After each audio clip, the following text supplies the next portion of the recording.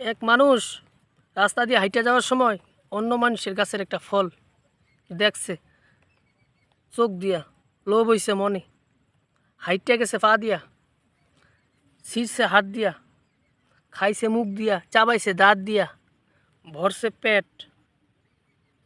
কিছুক্ষণ পরে গাছের মালিক আয়া পিঠের ভিতরে দিল বাড়ি। এবার আপনারা কোন ভাই, পিঠের কি দোষ?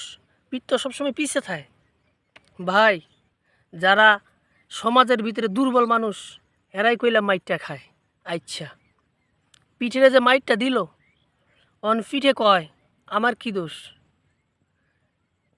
পিঠের সংক্ষেপ দিতেছে যে তুমি একটু খাড়াও, একটু দেহ। তখন চোখ দিয়ে পানি বাইরিছে। চোখ দিয়ে পানি বাইর হওয়ার মানে কি জানেন ভাই?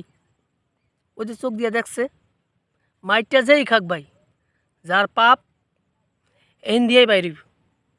বুঝছেন? এই বাংলাদেশের ভিতরে যা কিছু করতেছেন, এ অসীমাহীন ভাই। এগুলা ভাই কইরেন না।